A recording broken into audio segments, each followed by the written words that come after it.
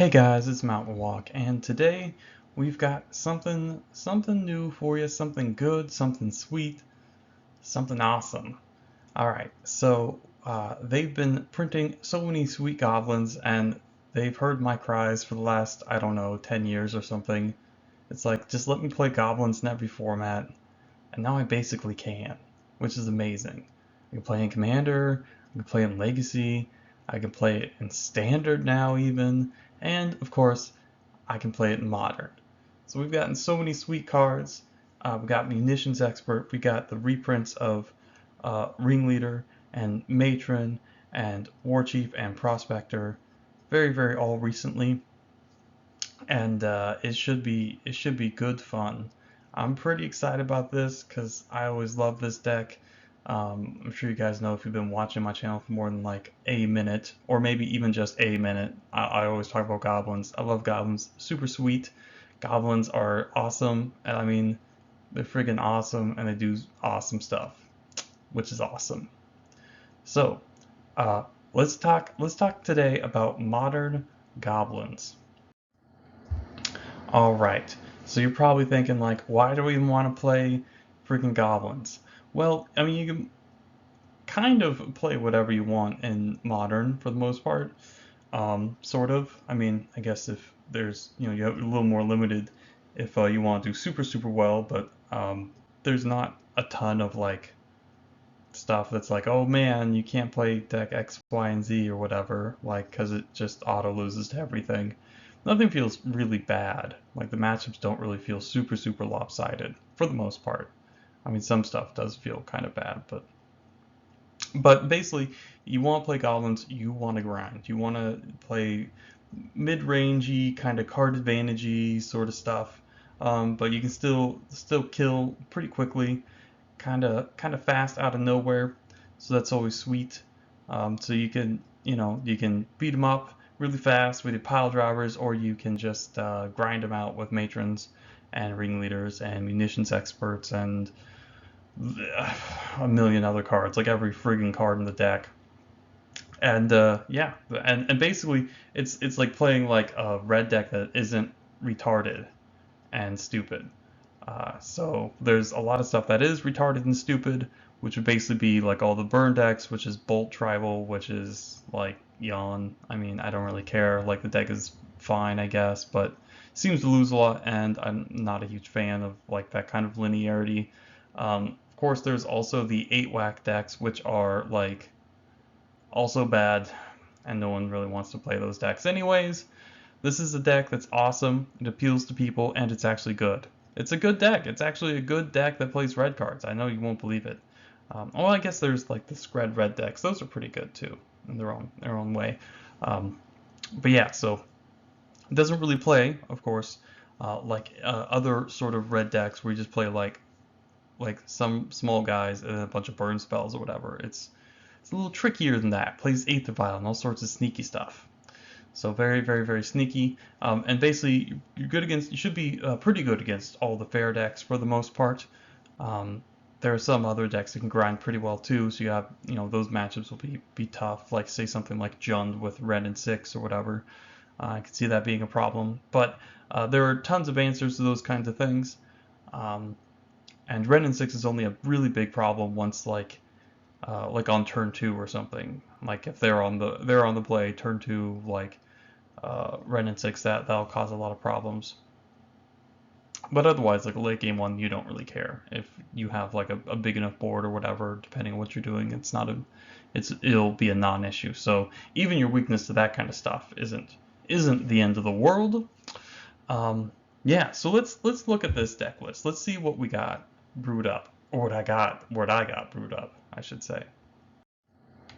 All right. So again, if you're familiar with the Goblins archetype, most of this stuff isn't really going to be too shocking. You're gonna be like, "Yep, those are cards. Mm-hmm.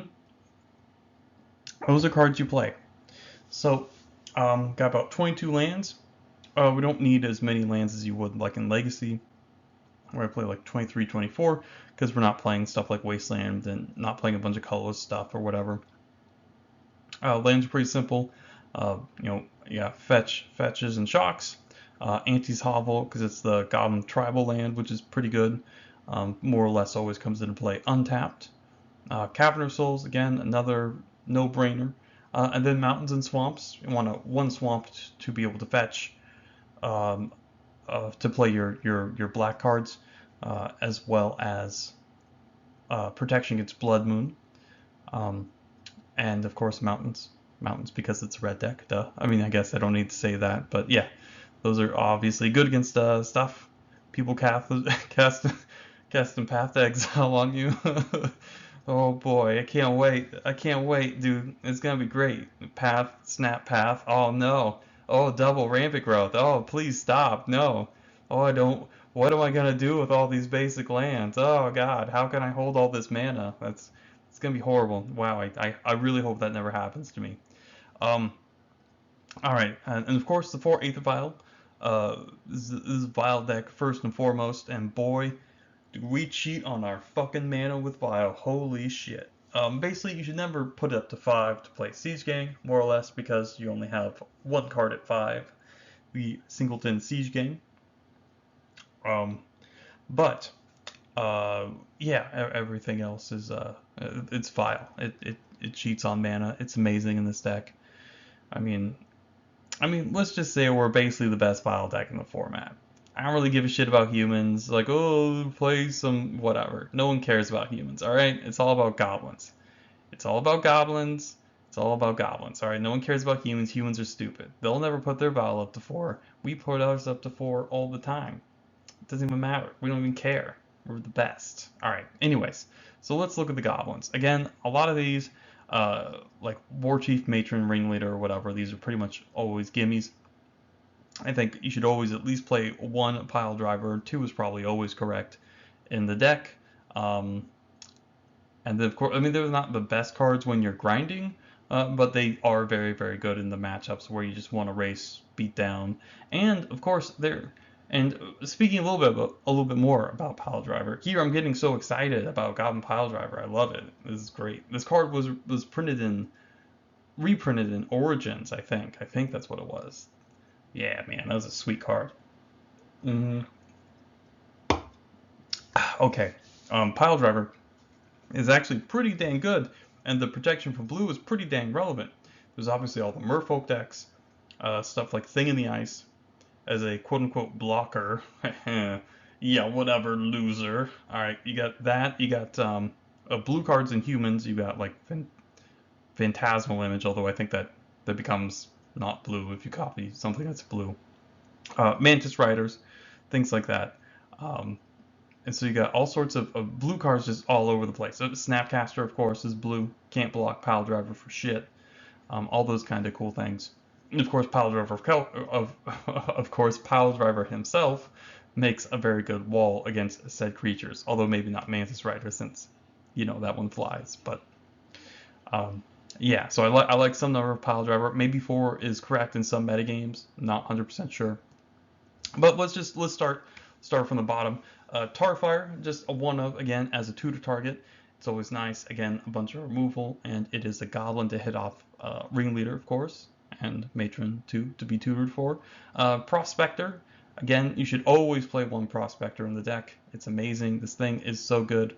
Other than like, well, I guess you could say Prospector used to do funny tricks with Bridge from Below and stuff, because you could sack your dudes and crap like that. But it makes a bunch of mana, so sometimes you'll just get in late game situations where you vial and stuff, and you draw a bunch of cards, and then you have like, excuse me, one or two War Chiefs in play, and then you sack like your War Marshal tokens to like play like triple Pile Driver. I mean, it does a lot of stuff. The mana production is excellent, and even after board, you can play like turn 2 Blood Moon or something like that, which is kind of interesting.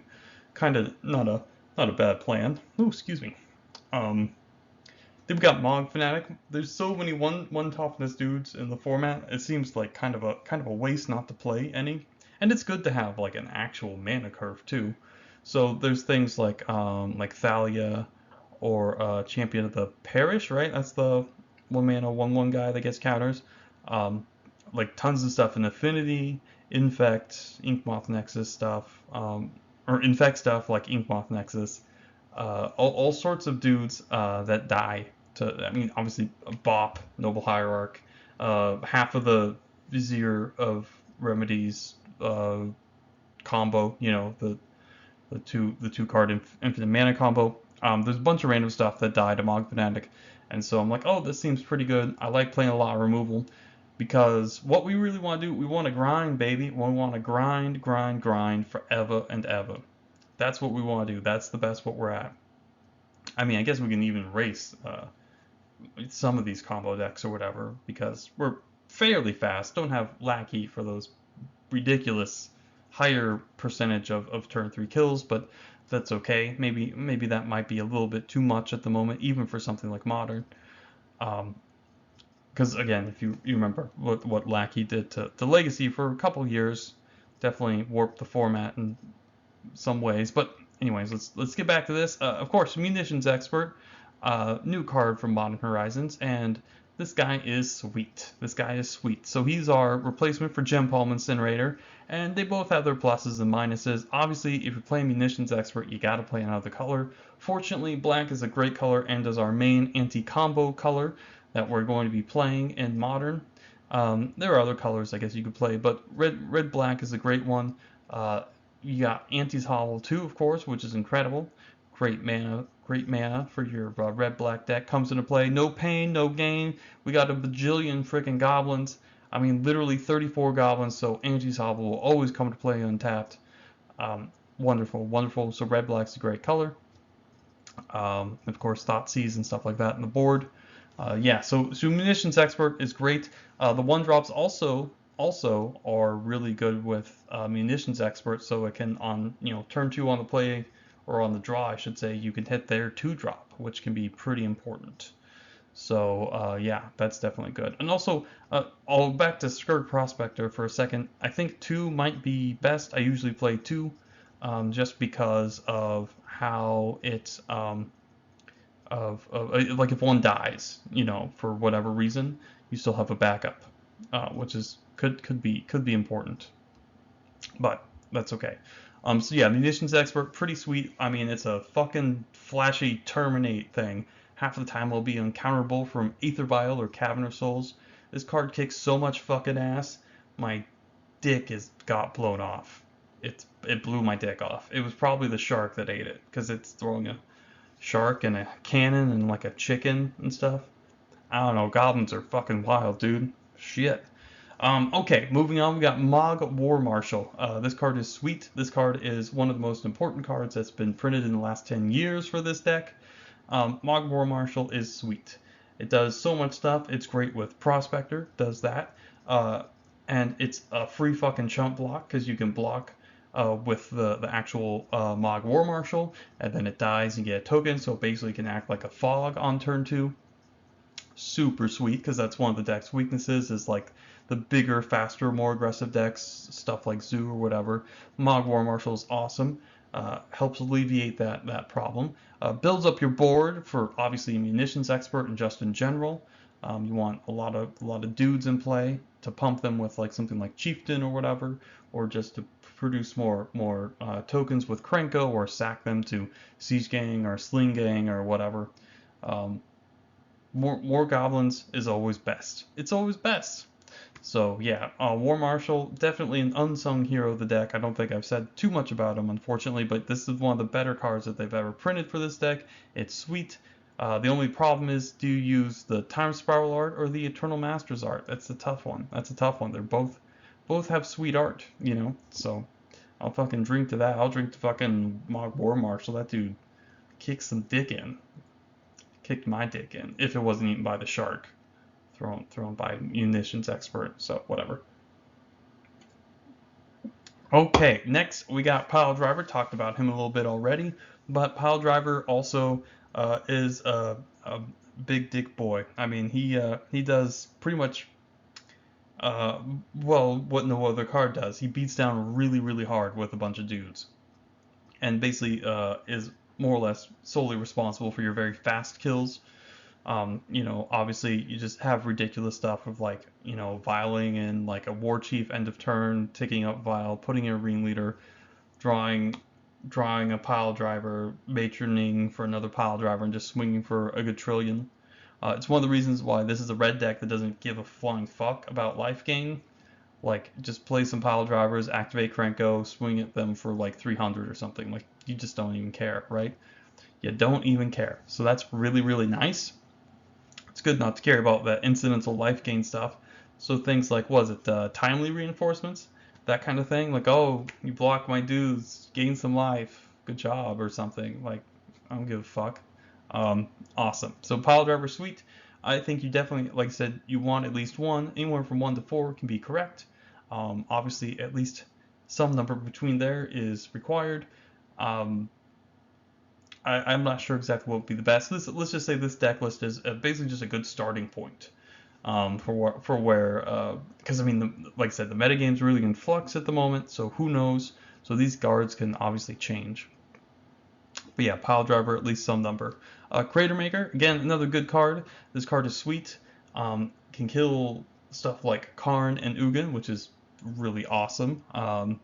Obviously kills things like all sorts of artifacts and stuff. And it can just kill random dorks and stuff, like flipped Delvers, if that was a thing in Modern. Not really. It can kill other 2 toughness things, which is pretty nice. Then we got, oh yeah, so basically it's just a tutor target, just a one of. I could see playing a couple more, 1 or 2 more maybe. It's a pretty good card. 2 mana, 2/2. You can't go wrong with Grizzly Bears. Okay, let's go to the next guy. Let's go to the next guy. Pashalik Mons. This guy kicks some ass. This guy kicks a lot of ass. All right, this guy is basically 3 mana, 2/2. It's basically our sharpshooter, but can actually attack.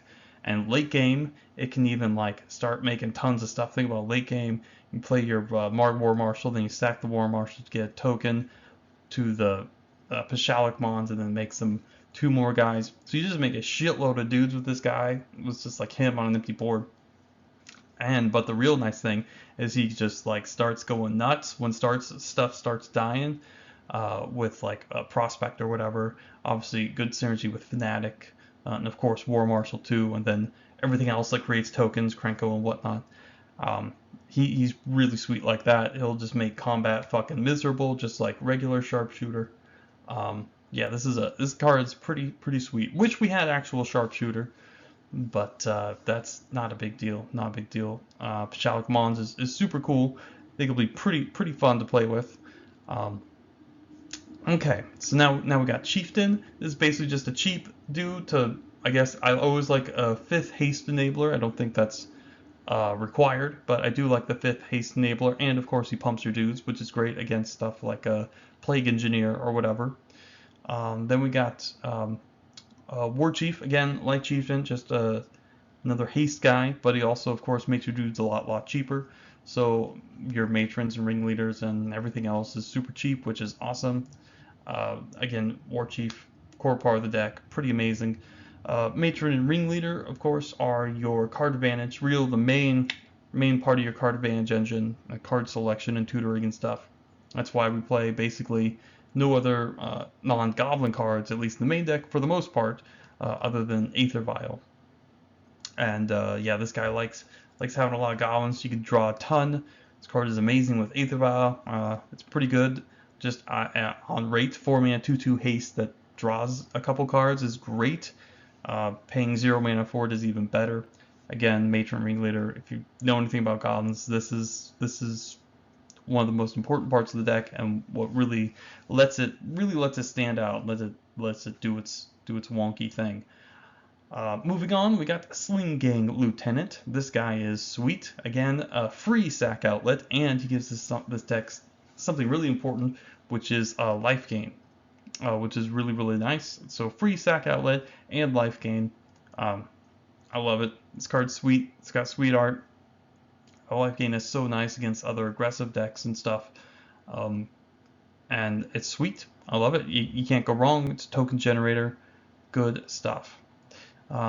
Next we have Krenko. This card is pretty insane. It's one of those cards where it's just like activate it once and you probably are winning against most decks anyways. Krenko's pretty absurd. It's a little slow, but this card is pretty ridiculous once you get into like the mid to late game.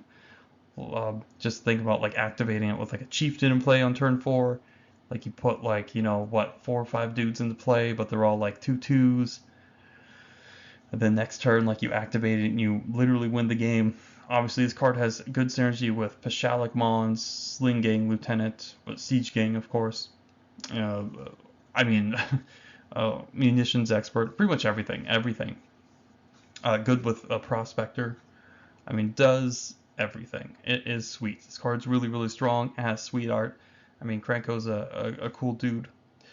Next, we got another very recent card, Goblin Trash Master. This card is fucking hilarious. This card is insane. Like, get this guy out against any of the artifact decks, and those decks gotta be buys, right? Like, this guy plus any number of dudes, like with a War Marshal in play, that's like triple fucking Vindicate on him. You know, that's amazing. Trash Master is nuts. Is nuts against those kind of decks, and he's an anthem. He's an anthem. He gets all your dudes +1/+1. How amazing is that? And he's a 3/3, so 4 mana 3/3 anthem plus shits on artifact decks. That is sweet. And there's a lot of artifact decks like the Grixis like Urza sort of style decks. Amazing. You know, like oh man, oh god, I guess I can't find my Sling Gang to kill you past this Ensnaring Bridge. I guess I'll just get this Trash Master and wipe your board. Wow. Oh well. I guess that'll have to do. Yeah, Trash Master is insane. This card is nuts. It is your trump against those artifact decks. They're gonna have a really bad day against this guy. I can see playing another one in the board, I guess, if you have a bunch of artifact decks or something in your meta, like the Hardened Scales Affinity decks or whatever. Trash Master is insane there. He's insane. This card is ridiculous, which is awesome. Alright, and last but not least, we got Siege Gang. I like Siege Gang, just a little bit bigger than Sling Gang, a little bit better on an empty board, and if you untap with him, it's like 11 damage. You know, you can throw, well, let's see, hang on. So you can attack for 5, and then you can sack, so it's 2, 4, 6, 8. So it's 13 damage on empty board, so it's a little bit better, a little more aggressive than Sling Gang, gives you a little bit more protection against stuff like, I guess, Pithing Needle, Spyglass, something like that on one of your dudes. But yeah, and then looking at the sideboard real quick, again, some of these cards could be in the main deck, some of them could be in the sideboard. Specifically, Thoughtseize is probably one of the few cards I'd really want main deck just because of how good it is against the unfair decks. Gives you excellent information. Lets you know what you're playing against, how you gotta sequence your next couple turns, and of course, just takes anything. Doesn't matter what it is. Doesn't matter. Well, obviously not a land. Then we got Chain Whirler. Can't go wrong with that dude. Pretty much is there to deal with well, X1s. So any dudes that are super small, take care of them. Then we got Surgical Extraction, has Graveyard Hate, Blood Moon against the ramp decks, Earwig Squad against combo stuff, and of course Damping Sphere against, well, combo and ramp stuff.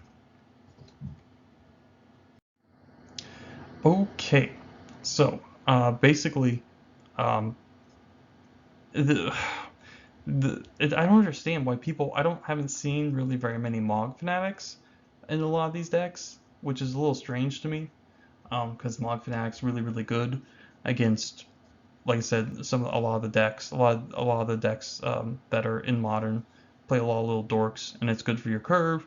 It's another piece of removal, buffs Munitions Expert, which is really what you want. And so there's also Prospector 2, which I haven't really seen much of. Again, all the things I listed, he's really sweet. A lot of the lists are kind of all over the place, which is a little weird. But everything is, in flux. Everyone's trying to find the right stuff. But I mean, yeah, you're not going to see these decks not play Munitions Expert or Matron or Ringleader or whatever.